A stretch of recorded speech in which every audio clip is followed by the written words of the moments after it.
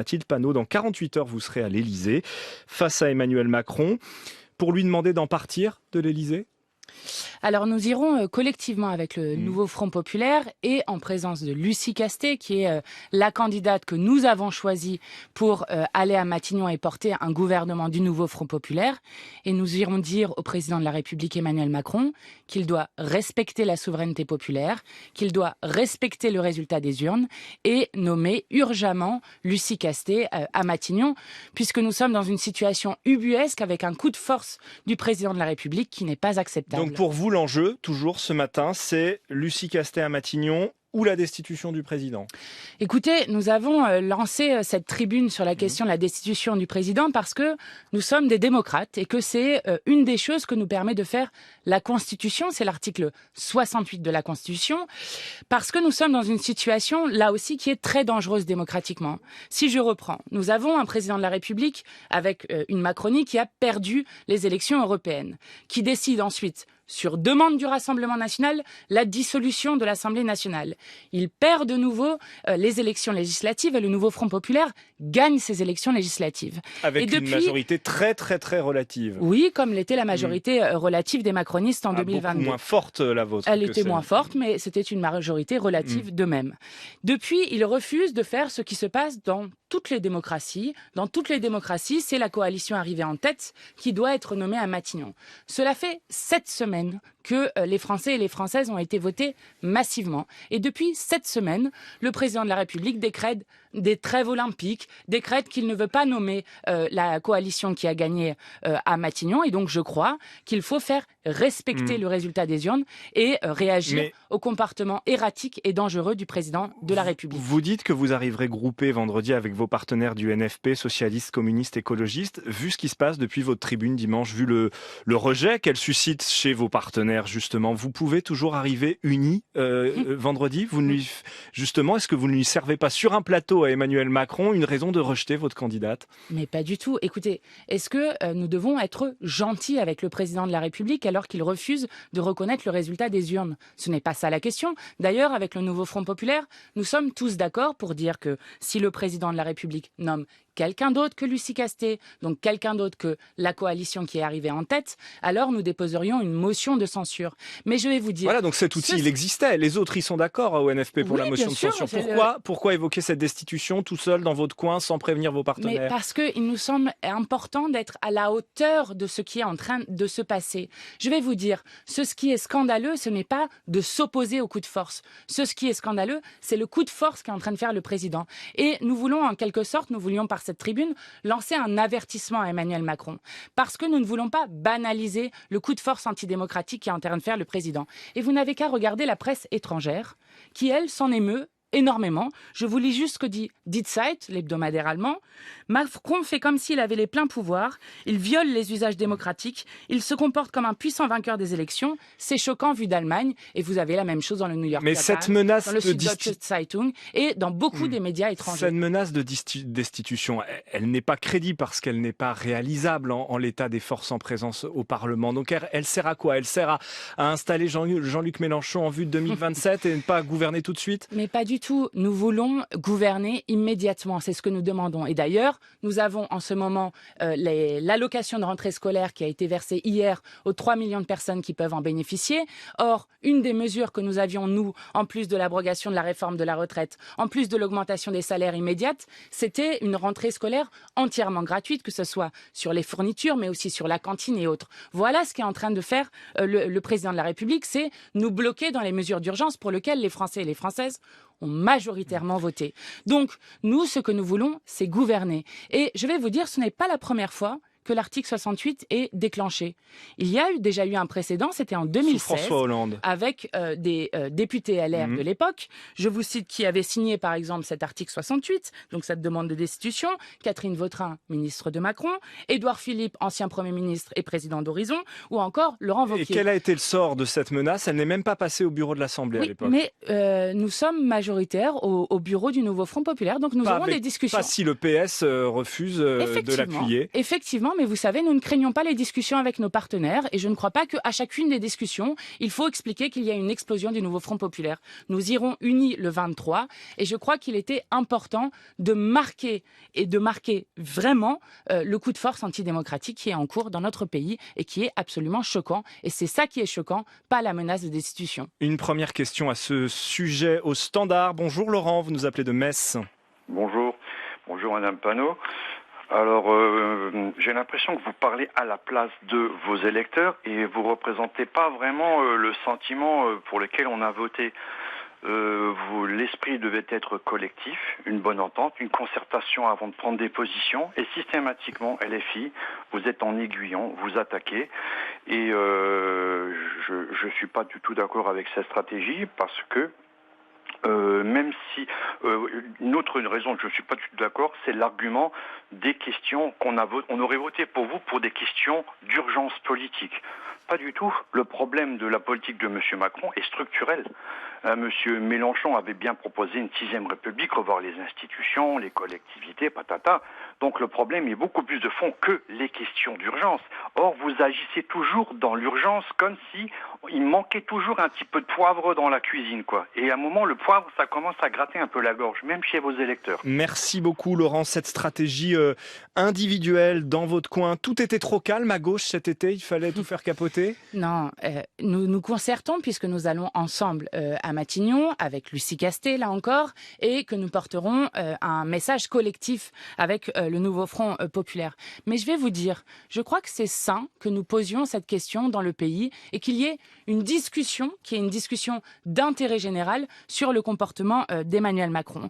Et je crois que c'est important, et c'est pourquoi nous sommes toujours les partisans de la 6e République, qui est d'ailleurs dans le programme partagé de gouvernement du nouveau Front populaire, de rappeler qu'il y a un seul souverain dans ce pays, et le seul souverain, c'est le peuple, et que donc il faut respecter le résultat des urnes. Et je vais même aller un peu plus loin. Tout à l'heure, on parlait des électeurs et des électrices. Moi, j'ai beaucoup croisé cet été des gens qui me disaient « ça ne sert plus à rien de voter. Regardez, même lorsqu'on vote, même lorsqu'on gagne, eh bien, il ne se passe rien. Il n'y a pas de changement de politique, alors que nous avons voté pour la rupture avec la politique d'Emmanuel Macron.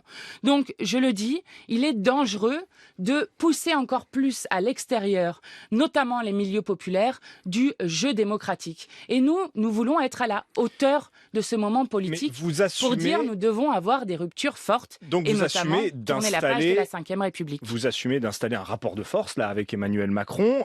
Si oui. le ou la première ministre qui était choisie ne vous convenait pas dans les prochains jours, est-ce qu'il changerait de nature ce rapport de force? Il se passe quoi derrière quand on a menacé de destitution cette semaine? Eh bien, nous verrons. Moi, j'espère que Emmanuel Macron nommera Lucie Castet, mais nous avons averti en toute transparence. Nous avons un programme qui est transparent et je le redis, ce n'est pas juste qu'il ne nous convient pas.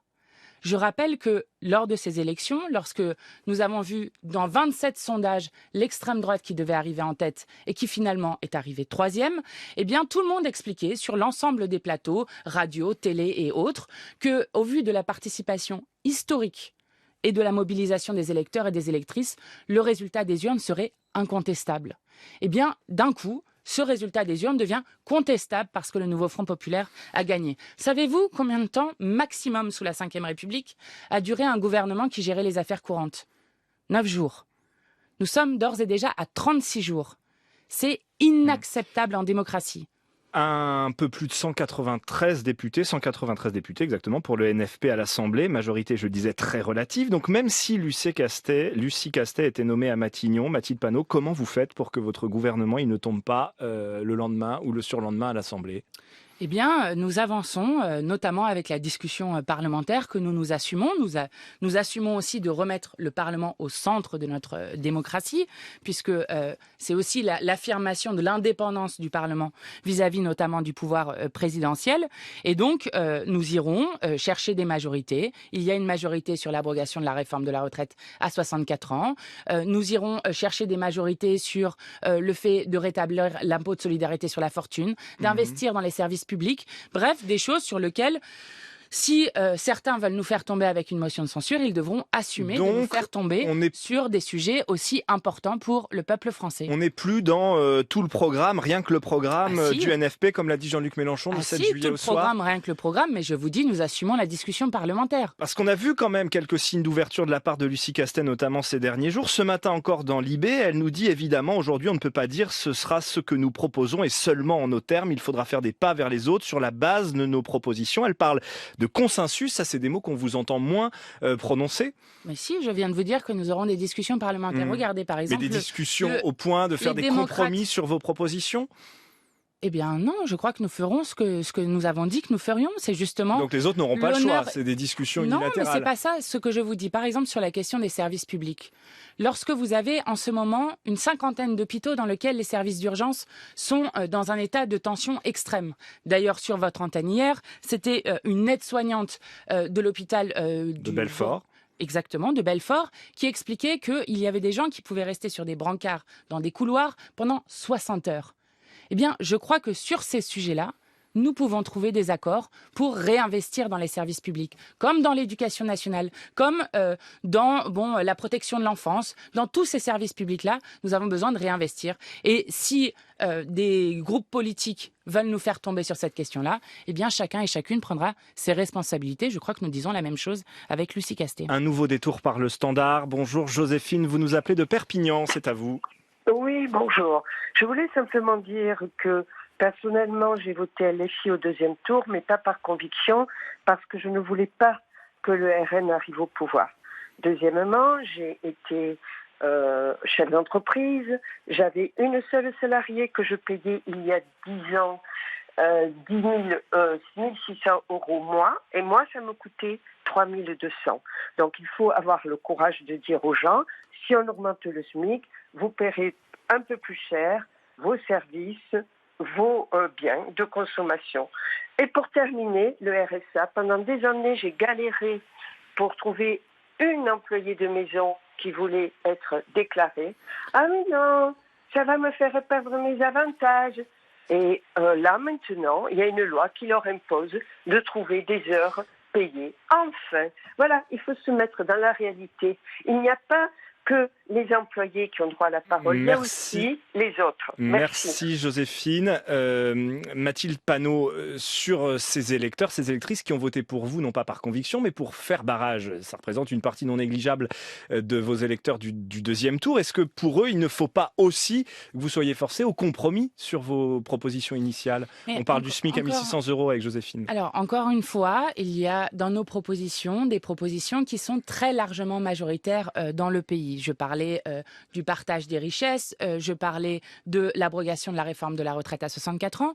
Quant à l'augmentation du SMIC, dans toutes les époques, on nous a expliqué à chaque moment, lorsqu'on augmentait les salaires, que l'augmentation des salaires serait une catastrophe économique. Moi, ce que je veux dire à l'auditrice qui vient d'appeler, c'est que, au contraire, l'augmentation du SMIC aurait un effet très bénéfique sur l'économie française. Pourquoi ? 53% de l'économie française, c'est la consommation populaire. Et donc, si vous augmentez le SMIC avec une conférence sur les salaires, vous permettez aux gens de relancer la consommation populaire et donc de relancer, je ne sais pas quelle entreprise madame avait, mais de relancer notamment le carnet de commandes qui est déterminant pour les petites et moyennes entreprises. La deuxième chose, c'est que nous avons prévu une caisse de péréquation entre les grandes entreprises et les petites et moyennes entreprises pour justement aider à payer les cotisations et faire en sorte qu'on puisse augmenter les salaires partout, ce qui a un effet très positif sur l'économie. Gabriel Attal, Premier ministre démissionnaire, propose depuis hier soir une ébauche de budget pour 2025 qui reconduit le même que l'année dernière, ce qui fait avec l'inflation 10 milliards d'euros d'économies à trouver pour les ministères. Matignon explique que c'est pour éviter de faire dérailler l'agenda qui est très serré pour le budget qu'il envoie ses lettres de mission. Vous l'enverrez valser ce budget ? Non mais c'est un scandale de faire ça. Rendez-vous compte, ça fait 7 semaines qu'il refuse de nommer la coalition arrivée en tête. Donc ça fait 36 jours que nous avons proposé le nom de Lucie Castet. Et donc, il refuse de nommer la candidate du Nouveau Front Populaire à Matignon. Et ensuite, il nous explique que pour ne pas nous mettre en retard sur le budget, ils vont préparer un budget, ce qui est complètement en dehors de la gestion des affaires courantes. C'est un budget complètement réversible. C'est une ébauche de budget. Le prochain gouvernement pourra en faire ce qu'il veut. En fait, ça ne sert à rien. Ce n'est pas son rôle de faire cela. C'est un gouvernement démissionnaire en charge des affaires courantes. Donc ce qu'il faut urgemment, c'est nommer Lucie Casté à Matignon parce que nous avons des options politiques et financières qui sont complètement différentes de l'ancienne majorité. Et d'autant plus quand on nous parle de 10 milliards d'euros d'austérité supplémentaire. Il y a encore eu en juillet 10 milliards de gel de crédit qui ont été annoncés par ce gouvernement démissionnaire. Où est-ce que vous allez trouver l'argent? Où est-ce qu'ils vont le prendre? Dans quel service public? Tous sont à l'os, tous n'en peuvent plus. Vous aurez le temps de le révolutionner, ce budget, si vous arrivez au pouvoir en quelques semaines. Matérielle. Il est prêt, votre budget? Vous aurez le temps de le révolutionner, oui, ce budget? Bien sûr. Parce que vous aurez remarqué que quelques semaines. Que depuis chaque année, nous faisons un contre-budget donc pour expliquer ce que nous ferions. Donc oui, ne vous inquiétez pas, nous sommes prêts à gouverner. Maintenant, il faut que Emmanuel Macron arrête son coup de force, arrête de bloquer la démocratie, de faire une trêve de la démocratie, comme il l'appelle lui-même, et donc qu'on fasse en sorte d'avoir le plus rapidement possible un gouvernement qui puisse travailler. Raphaël Glucksmann, hier dans Le Point, qui appelle la gauche à renouer avec la social-démocratie et à délaisser, je cite, Jupiter comme Robespierre, donc dans son esprit Macron et Mélenchon. Vous ne risquez pas d'être marginalisé, même à gauche, LFI, à force de provocation? Je ne crois pas. Nous venons de gagner les élections législatives. Quant à la gauche, sans Jean-Luc Mélenchon ou sans les Insoumis, nous avons déjà essayé dans l'histoire de notre pays récente. Ça donne notamment François Hollande, ça donne la déchéance de nationalité, ça donne la loi travail. Donc je crois que lorsque moi j'ai lu l'interview de Glucksmann, j'ai vu notamment cette phrase qui disait que dès le second tour, nous aurions dû aller discuter avec les différents partis politiques qui ont, je cite ces mots, participer au Front républicain. Eh bien, je le dis ici à cette antenne, ce sera sans nous. Jamais, jamais nous ne ferons ça. Parce que nous avons fait barrage à l'extrême droite. Vous donniez une électrice qui a voté pour nous pour faire barrage à l'extrême droite, comme nous avons voté parfois pour d'autres pour faire barrage à l'extrême droite, mais jamais nous n'avons fait d'alliance avec les macronistes. Et je le dis, nos programmes sont incompatibles. Donc nous respecterons la parole que nous avons donnée aux électeurs et aux électrices autour de notre programme partagé et nous ne voulons pas d'un gouvernement d'union nationale. Vous parliez tout à l'heure des réactions en Allemagne sur le comportement d'Emmanuel Macron. Pourquoi vous avez peur du compromis alors que justement en Allemagne et chez beaucoup de nos voisins européens, c'est une culture politique qui est à l'œuvre depuis des décennies? Pour vous, le compromis, c'est forcément la compromission? Mais écoutez, ce que nous disons, c'est que nous respecterons notre programme. Je ne vois pas ce qu'il y a d'extraordinaire là-dedans. Par contre, faire des grandes coalitions comme il existe en Allemagne, nous ne sommes pas d'accord avec cela. Nous ne sommes pas d'accord. Parce que nous voulons respecter, là aussi, la parole qui a été donnée et l'engagement, puisque c'est ça une élection. C'est choisir à un moment une direction que peut prendre le pays. Et en politique, à tout moment, le peuple français peut décider de prendre telle ou telle direction. Il en a choisi une. Maintenant, il s'agit de la respecter. Alors, vous l'avez dit, vous avez une priorité, c'est l'abrogation de la réforme des retraites. Vous la pousserez à l'Assemblée, d'ailleurs, quelle que soit la nomination du gouvernement. Si elle devait passer grâce au soutien du Rassemblement national, ce serait un problème ou pas pour vous? Non, le Rassemblement national décidera ce qu'il veut voter, mais je crois que nous avons une majorité, y compris sans le Rassemblement national, pour faire battre et abroger cette réforme de la retraite à 64 ans. Je vais vous le dire, la grande différence entre nous et les macronistes, c'est que jamais nous n'avons voté une proposition de loi du Rassemblement national ou fait adopter une loi avec le Rassemblement national. Je vais vous expliquer. Par exemple, nous sommes battus contre la loi immigration qui reprend directement non seulement des mesures du programme du Front national de Jean-Marie Le Pen, mais qui a été adoptée grâce aux voix du Rassemblement national. Je crois que nous ne sommes pas dans cette situation et que nous pouvons y trouver une majorité. Après, que voulez-vous? Je ne vais pas m'allonger sur les boutons des députés RN pour savoir ce qu'ils votent. Chacun prend ses responsabilités. Un mot pour terminer de l'été qu'on vient de vivre.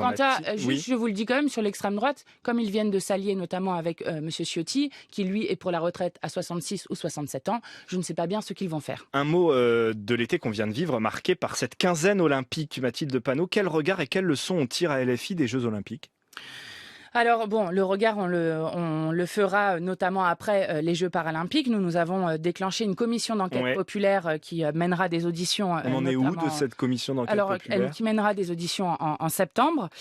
Moi j'ai trouvé la cérémonie d'ouverture extrêmement belle. Je me suis reconnue dans la France comme nation politique qui était présentée autour de liberté, égalité, fraternité. J'en profite d'être à votre micro pour apporter tout mon soutien à Thomas Joly, menacé de mort par l'extrême droite un peu partout dans le monde.